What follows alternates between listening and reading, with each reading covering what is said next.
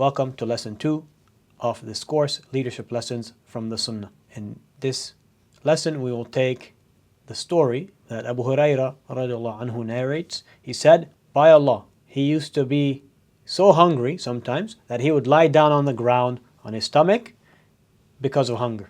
Or he would tie a stone over his belly because of hunger, meaning to alleviate the pain from being hungry. And one day he said he was so hungry, he sat by the way from which the people, the Prophet Muhammad and his companions, typically would pass through.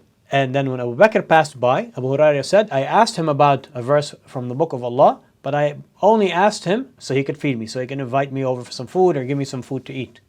So in other words, Abu Hurairah is saying, I asked him about a verse from the Book of Allah, but I only did that to basically strike up a conversation. Maybe Abu Bakr would, radiallahu anhu, would invite me over for food or give me some food to eat. And Abu Bakr passed and answered that question, explained it to him, and then went about his way. Right? Abu Hurairah, rather than flat out directly ask for food, he's trying to start a conversation in hopes that Abu Bakr anhu would offer him some food. But Abu Bakr just answered his question and went about his way. And then Umar passed by and Abu Hurairah asked him about a verse from the Book of Allah, only to start again in hopes that he would offer him some food. But Umar answered the question and went about his way. And then the Prophet Muhammad passed by. And when he saw Abu Hurairah, he smiled. The Prophet Muhammad, when he saw Abu Hurairah, he smiled.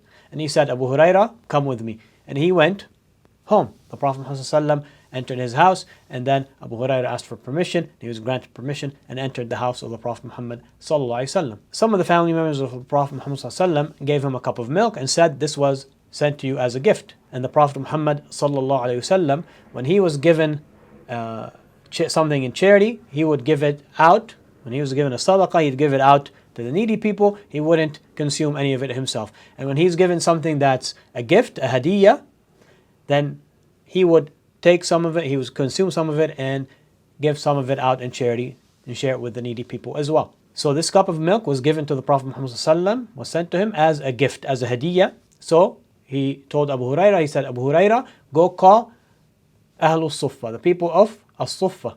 And those were very needy, destitute people at the time. They're the most needy within the community, who had no place to live. They'd stay in the masjid. They have no family, no wealth. They're the most needy of people within the community at the time. Abu Hurairah, when the Prophet ﷺ told him to go call Ahlul Suffah, Abu Hurairah, in his mind, he's thinking, what will this cup of milk do to Ahlul Suffah? And there's so many of them, and this small cup of milk. He said, I wish, in his mind, again, he's thinking, not saying it out loud, but he's thinking. He said, I thought to myself, I wish I could have taken a few sips of this milk so I could nourish myself. So because he's hungry, he feels so weak. I wish I could have a few sips of this milk myself, but there's no way around it. When Allah and His Messenger ﷺ command us with something, we have to do it. There's no way around it. So he said, of course, and he went to call Ahlul Suffah, and they came back. They asked for permission to enter the house of the Prophet Muhammad ﷺ.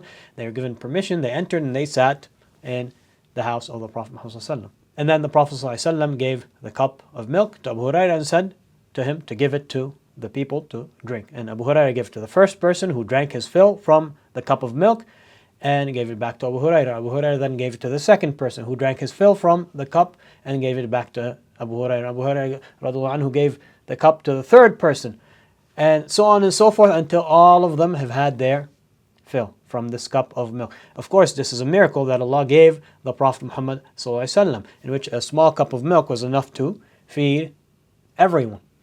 And then all of them had drank, so the Prophet ﷺ told Abu Hurairah to drink from it. So Abu Hurairah sat and started drinking, and the Prophet ﷺ said, drink some more. Abu Hurairah drank some more. The Prophet ﷺ said, drink some more. Abu Hurairah drank some more. Kept saying, drink some more, until Abu Hurairah said, by Allah, there's no room for it. There's no more space for it. He was so full from drinking. And then, so the Prophet ﷺ said, here, let me see. He took the cup, he praised Allah and thanked Him, and mentioned the name of Allah and drank the rest. What leadership lessons can you think of that we could learn from this story? Some of the leadership lessons that I can extract from this story is that a good leader has a high level of emotional intelligence and is intuitive to the needs of his followers and does not neglect them. The Prophet ﷺ, when he saw Abu Hurairah sitting in the way, he smiled and he knew why he was there. He knew that he was hungry and called him over and took him home with him to feed him. The Prophet Muhammad ﷺ also truly cared about the people, and it showed through his service to them as their leader. This concept and the term servant leadership was only coined in 1970 by Robert Greenleaf, and since has grown in popularity, and the principles of servant leadership has been promoted and taught and spread. But as Muslims, we see this example in the Prophet Muhammad ﷺ from over 1400 years ago, how he served his followers, how he tended to their needs and made sure that their needs are met. We also see from this story how the Prophet Muhammad ﷺ was the last one to drink after everyone had their fill. Interestingly enough, the famous speaker and author Simon Sinek published a whole book in 2014 entitled Leaders Eat Last. Now, as Muslims, again, we had this example in the Prophet Muhammad ﷺ over 1400 years ago, how he was the last one to eat after everyone had their fill. He was the last one to drink from this cup of milk, even though he was the leader of the people.